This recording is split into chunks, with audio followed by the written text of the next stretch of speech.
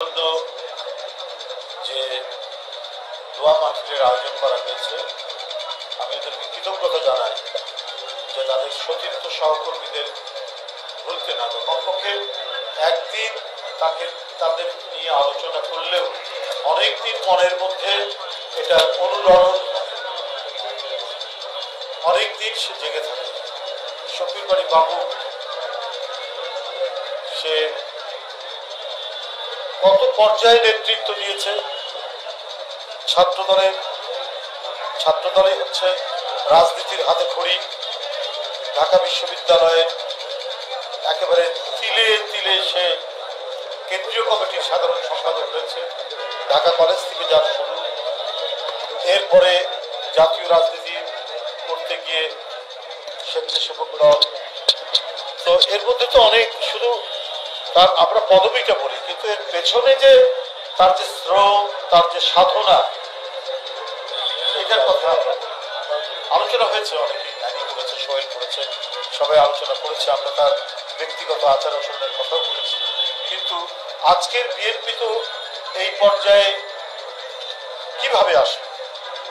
বাবুদের মতো নেতৃত্ব গড়ে উঠেছে এই দলের একেবারে পাঠশালা থেকে, প্রাইমারি স্কুল থেকে বিশ্ববিদ্যালয় পর্যন্ত গোটাটাই ছিল এই বিএনপি বা বিএনপি ছাত্র দল বা স্বেচ্ছাসেবক দল। এগুলো ছিল এক একটা তার মানে শিক্ষা প্রতিষ্ঠান। ছাত্র দল যদি পাঠশালা হয়, সে প্রাথমিক রাজনৈতিক চিন্তা দর্শন সেখান থেকে গ্রহণ করে এরপরে স্বেচ্ছাসেবক দল, আমি যদি মাধ্যমিক স্কুল বলি, এভাবে ক্রমান্বয়ে সে জাতীয় রাজনীতির একেবারে দোরগোড়ায় পৌঁছে যাচ্ছে। আমরা তাকে হারাতে হলো। তার যে সময় সে হারিয়েছে সেটা হারানোর বয়স না। ভোরবেলায় বাবর রোডের একটি যেখানে তার লাশ রাখা হয়েছিল, লাশ ধোয়ানো হচ্ছিল, আল মার্কাজুল কিংবা বাবর রোডের কোনো একটি জায়গা, মোহাম্মদ বাবর রোডে, ওখানে আমি ছুটে গেলাম। তখন শরীর থেকে বলেছে করোনা প্রচন্ড আক্রমণ, সেও করোনা আক্রান্ত প্লাস আরো দুরারোগ্য ব্যাধি একসাথে। অথচ হাসপাতালে যাওয়ারও, ভর্তি হওয়ারও 2-3 দিন আগে কিন্তু সে স্বতঃস্ফূর্ত ভাবেই আমাদের সাথে কথা বলেছে, কাজ করেছে। ওই সময় ভয়ে ভয়ে জীবন মৃত্যুর সন্ধিক্ষণ সবার, গোটা জাতি, গোটা বিশ্ব।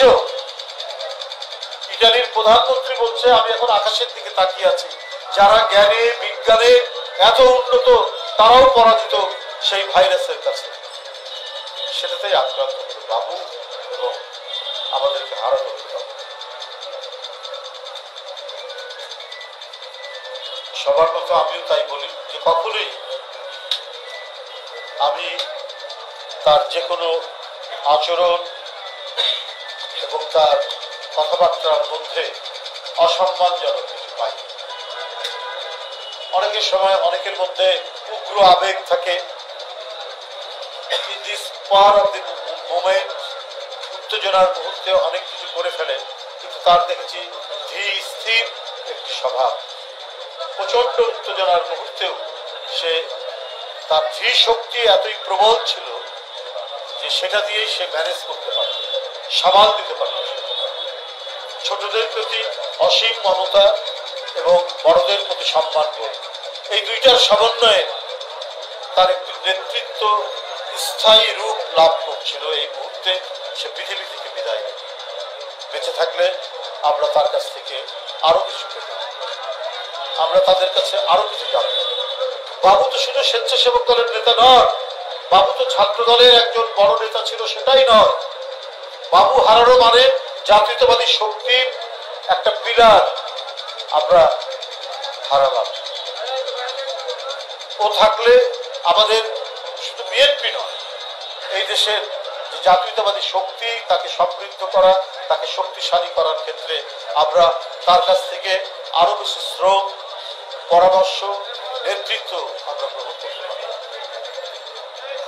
এবং স্বেচ্ছাসেবক দলের যে অভীষ্ট লক্ষ্য, সেই লক্ষ্যকে এগিয়ে নিতে পারব। তারই সহকর্মী আজকে যারা নেতৃত্ব দিয়েছে, আমি গতকালকে বলেছি, জোর গলায় বলেছি, অনেক কর্মসূচিতে গেছি, কিন্তু স্বেচ্ছাসেবক দল গতকাল যে কর্মসূচি তারা পরিচালিত করেছে, এটাই রাজনীতির মূল লক্ষ্য হওয়া উচিত। মানব সেবা দিয়েই রাজনীতি করবে। আমি অডাসিটি অফ হোপ প্রেসিডেন্ট ওবামার একটি বই পড়েছিলাম। তার রাজনীতির উত্থান হচ্ছে তুষার ঝড়ে শিকাগোর গ্রামীণ অঞ্চলগুলোতে ইলেকট্রিসিটি চলে গেলে ফ্রিজের দুধ নষ্ট হয়ে যায়, তো সাইকেলে করে সে বাড়িতে বাড়িতে দুধ পৌঁছাতো যাতে শিশু বাচ্চারা দুধ থেকে বঞ্চিত না হয়, মৃত্যুবরণ। এই যে সমাজ সেবার মধ্যে সে আমেরিকার রাষ্ট্রপতি হলো, তাও একজন কালো মানুষ। এই জন্যই বলি যে দল বাবু করেছে তার উত্তরসূরিরা এখন সেটির নেতৃত্ব দিচ্ছে এবং তারা একটি পচা দুর্গন্ধময় খাল ছিল, যেটি এক সময় একবারে খরস্রোতা খাল ছিল, ধোলাই খাল, যার সংযোগ ছিল আব্দুল্লাহপুর, সে সেই পর্যন্ত সংযোগ ছিল। সেটা এখন পচা দুর্গন্ধময়, তার দুই পাশে ঘনবসতি। মনে হচ্ছে মানুষ ওখানে যারা বাস করে তারা একটা মৃত্যুপুরীর উপর বাস করছে। ডেঙ্গু, নানা ধরনের মশাবাহিত রোগে আক্রান্ত হতে পারে, অথচ তারা সেখানে বাস করছে। সিটি কর্পোরেশন বলেন বা আরো বিভিন্ন সরকারি প্রতিষ্ঠান, কোনো দায়িত্ব নেই। মানুষ মরছে মরুক, হাসপাতালে প্রতিদিন ডেঙ্গুতে আজকে 13 জন, কালকে 33 জন, পরশুদিন 42 জন। তার এইভাবেই আমরা পরিসংখ্যান প্রতিদিন দেখছি। এই ডেঙ্গু বিস্তারিত হয়েছে সারা দেশে, বিশেষ করে বরিশাল বিভাগে নাই সেরকম কোনো ক্রাইম নেই।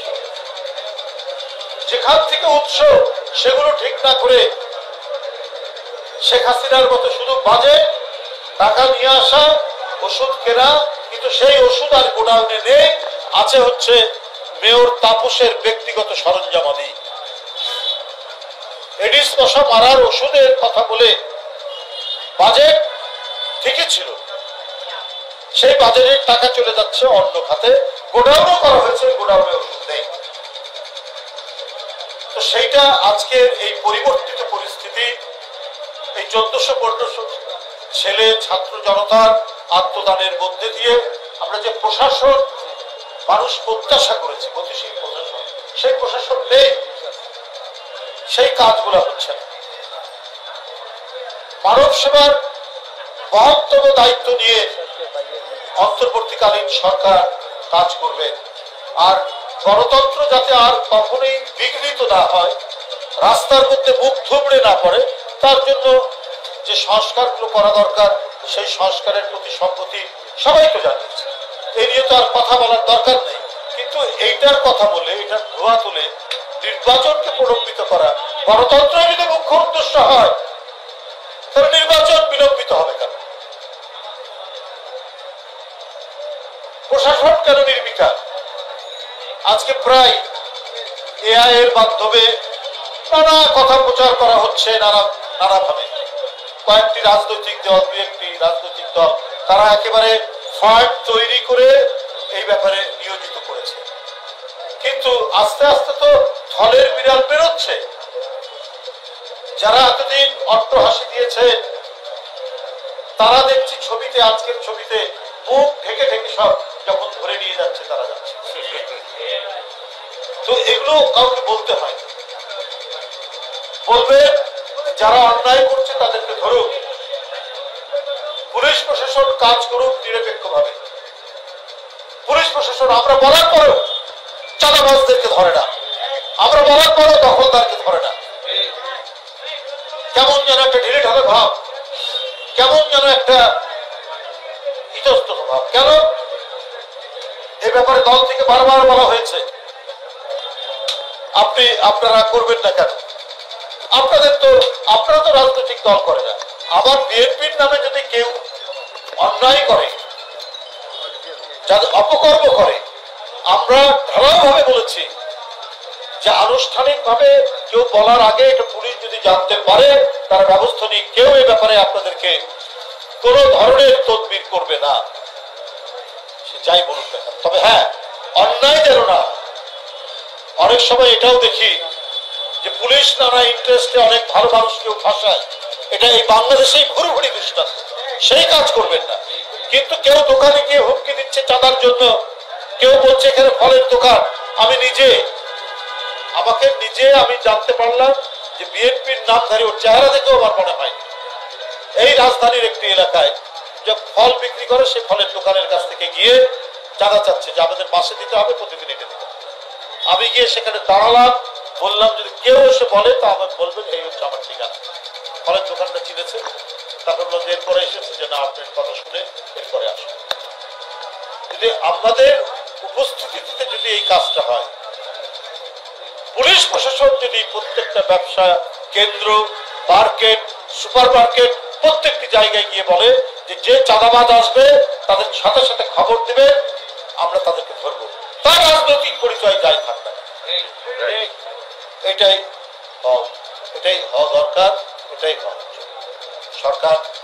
আমরা ধারাও বলবো না, কিন্তু আপনি যত দেশের ভিতরের প্রশাসন যত গতিশীল হবে, মানুষ যত স্বস্তিতে থাকবে, শান্তিতে থাকবে, মানুষ যত নিরাপদ থাকবে, সরকার তত শক্তিশালী হবে, মানুষের মধ্যে সেই জোর আসবে। ইন্ডিয়া বিমানবন্দর ব্যবহার করে বাংলাদেশের পণ্যের যে ট্রান্সশিপমেন্ট হতো ওটা বন্ধ করে দিয়েছে বাংলাদেশ। এই সরকার স্থল বন্দর দিয়ে সুতা নিয়ে আসতো, বাংলাদেশ সরকার সেটা বন্ধ করে দিয়েছে। এটা পাপের বটার মতো কাজ হয়েছে যে ওরা করে দিয়েছে বলে হাত পা ধরা নাই। আমাদের বহু স্কোপ আছে, ওটা বন্ধ করে দিয়েছে। আমরা ধন্যবাদ জানাই যে হ্যাঁ এই কাজটা এই সরকার তারা সেখানে করেছে। আমরা পৃথিবীর বহু দেশ থেকে আমরা সুতা ইম্পোর্ট করতে পারবো। আমাদের ব্যবসা বাণিজ্য কারোর উপর ডিপেন্ডেন্ট হবে না, কারোর উপর নির্ভরশীল হবে না। পৃথিবীর বহু দেশে তুলা উৎপাদন হয়, তার সাথে বাংলাদেশ গিয়ে কথা বলবে, সেখান থেকে সুতা নিবে, কটন নিবে, এবং আমাদের টেক্সটাইল, আমাদের গার্মেন্টস আরো সেটা বৃদ্ধি পাবে। এই জন্য জাতীয়তাবাদী স্পিরিট থাকে। আমরা ওই সিদ্ধান্তের তো নিন্দা জানাচ্ছি। আপনি আমাদের 35% ট্যাক্স ট্যারিফ আরোপ করেছে আমেরিকা, যে ট্রেড ব্যালেন্স করার জন্য। বাংলাদেশ 25টা বোয়িং বিমান কিনবে, ভালো কথা, এত বোয়িং বিমান আমরা রাখবো, কিন্তু আপনি যুদ্ধ বিমান কিনেন না কেন? আমার সার্বভৌমত্বের উপর তো অনেক সময় চ্যালেঞ্জ হয় নানা দিক থেকে। আপনি 2-3টা ইয়ে কিনেন, কি বলে যে বোয়িং কিনেন, অসুবিধা না, কিন্তু যুদ্ধ বিমান কিনেন, যত বেশি পারা যায় কিনেন। ট্রেড ব্যালেন্স করতে হবে, এইভাবে কেনেন। আপনি আপনার সামরিক সরঞ্জাম বৃদ্ধি করুন, এবং সামরিক বাহিনী সে স্থল হোক, নৌ হোক, বিমান হোক, তিনটাই আমাদের শক্তিশালী করতে হবে। এর জন্য প্রয়োজনীয় পদক্ষেপ গ্রহণ করুন। আমরা একটা শক্তিশালী জাতি হতে চাই, আমরা নতজানু জাতি হতে চাই না। আপনার বাংলা ভাষী মুসলমান, তার পরিচয় মুসলমান, কিন্তু সে বাঙালি। তো পশ্চিম বাংলা, এদিকে ত্রিপুরা, এখানেও প্রচুর বাঙালি বাস করে, এবং মুসলিম ধর্মের অনুসারী প্রচুর বাঙালি আছে। আমরা যেমন বাঙালি, কিন্তু আমরা আমাদের জাতীয়তার পরিচয় আমরা বাংলাদেশি, আমাদের ভাষা বাংলা, আমাদের কালচার বাংলা, বাঙালি কালচার সবই ঠিক আছে। কিন্তু পশ্চিম বাংলা, ইন্ডিয়াতে, সেখানে বসবাস করা বাঙালি মুসলমানও তো অনেক আছে পশ্চিম বাংলায়, তাদেরকে পুশিং করা হচ্ছে। শেখ হাসিনাও তো বাঙালি মুসলমান, বাংলাদেশের মানুষ, তাকে পুশিং করছেন না কেন? যে সমস্ত দুর্বৃত্তরা পালিয়ে গেছে ভারতে, তাকে তো পুশিং করছেন না। শুধু রাজনৈতিক স্বার্থে দিল্লি, ভারতের নাগরিক হাজার হাজার বছর ধরে যাদের সেখানে বসবাস, কিন্তু সে ধর্ম তার মুসলমান হওয়ার কারণে সে বাংলা ভাষায় কথা বলে, তাদেরকে বাংলাদেশি আখ্যা দিয়ে তাদেরকে পুশিং করা হচ্ছে। সরকারের উচিত সেটা পুশ ব্যাক করা। এই পুশ ব্যাক কেন সরকার করতে পারছে? এর আগে তো আমরা দেখেছি এই চেষ্টা হয়েছে, তখন তো পুশ ব্যাক করা হয়েছে। এটা হচ্ছে একটা দেশপ্রেমিক সরকার, জাতীয়তাবাদী সরকার। একই সরকারের নীতি দিল্লির, যে সেখানে পালিয়ে যাওয়া বাংলাদেশের দুর্বৃত্ত লুটেরা, ব্যাংকের টাকা পাচারকারী এবং প্রকাশ্যে গণহত্যাকারীদের আশ্রয় দেওয়া হয়েছে, ইনক্লুডিং সহ শেখ হাসিনা সহ। তারা মুসলিম হন না, যেখানে সে স্থায়ীভাবে বাস করে ভারতের নাগরিক, শুধুমাত্র সে বাঙালিও, কিন্তু তার ধর্মীয় পরিচয় মুসলমান, এই কারণে তাদেরকে মুসলিম করা হচ্ছে। এগুলো বাংলাদেশের মানুষ সবই বুঝতে পারছে, সবই জানে কেন করা হচ্ছে, কি জন্য করা হচ্ছে। এই জন্যই যে সেই দেশ তাদের পছন্দ মতো সরকার চায়, সেই সরকারকে জনগণ পছন্দ করুক না করুক তাতে কোনো যায় আসে না, তাদের মনোনীত ব্যক্তি থাকতে হবে। তার মানে এটা কারা করে? যারা প্রভুত্বকামী দেশ, যারা সাম্রাজ্যবাদী দেশ, তারা যখন অন্য দেশকে দখল করতে চায় বা প্রভাব বিস্তার করতে চায়, তাদের প্রতিভূকে এখানে সেসব জায়গায় সেইসব দেশে বসিয়ে রাখে। তো শেখ হাসিনা ছিল সেই প্রতিভূ, এই কারণেই তাদের মন খারাপ, এই কারণেই আমাদের ট্রান্সশিপমেন্ট মানে বিমানবন্দরে বন্ধ করে দেওয়া হয়েছে। এতদিন তো করেননি। সরকার দুই একটি যে পদক্ষেপ নিয়েছে ভালো পদক্ষেপ, কিন্তু আরো জোরালো পদক্ষেপ নেওয়া দরকার। আর স্থানীয়ভাবে দেশে সুশাসন নিশ্চিত করা, চাঁদাবাজদেরকে ধরা, দখলদারদেরকে ধরা, তার রাজনৈতিক পরিচয় যাই থাক না কেন, এটি বারবার বলা হয়েছে, সেটা যাতে দ্রুত গতিতে বাস্তবায়ন হয়। আর এই বাস্তবায়নের মধ্যে দিয়েই মানুষের আসন্ন নির্বাচন মানুষ যাতে নির্ভয়ে করতে পারে, ভোটাররা যাতে নির্বিঘ্নে ভোট কেন্দ্রে দিতে পারে, সেই পরিবেশ তৈরি করার দায়িত্ব হচ্ছে অন্তর্বর্তী সরকারের। আমি বক্তব্য দীর্ঘায়িত করবো না। আমরা যে উদ্দেশ্য নিয়ে আজকের এই মিলাদ মাহফিল, আমি গভীরভাবে শোক জানাচ্ছি শফিউল বারী বাবু আজকে যে মৃত্যু বার্ষিকী পালন করছে জাতীয়তাবাদী স্বেচ্ছাসেবক দল। এখানে প্রত্যেকে অঙ্গীকার ব্যক্ত করেছেন শফিউল বারী বাবুর মতো আপনারা যে নেতৃত্ব আপনাদের মধ্যে গড়ে উঠবে, সেই অঙ্গীকারের পথে আমিও সহমত পোষণ করছি যে প্রত্যেকেই যদি এক একজন বাবু হয়ে উঠে, তাহলে আমার মনে হয় যে জাতীয়তাবাদী স্বেচ্ছাসেবক দল অথবা বিএনপির অন্য কোনো সংগঠন প্রত্যেকটাই অত্যন্ত শক্তিশালী হবে, প্রত্যেকটাই যোগ্য নেতৃত্ব তৈরি হবে। অঙ্গ সংগঠন এবং বিএনপি যেখানেই বলি না কেন, প্রত্যেকটি জায়গায় সেটি তৈরি। আমি তার আত্মার মাত্রা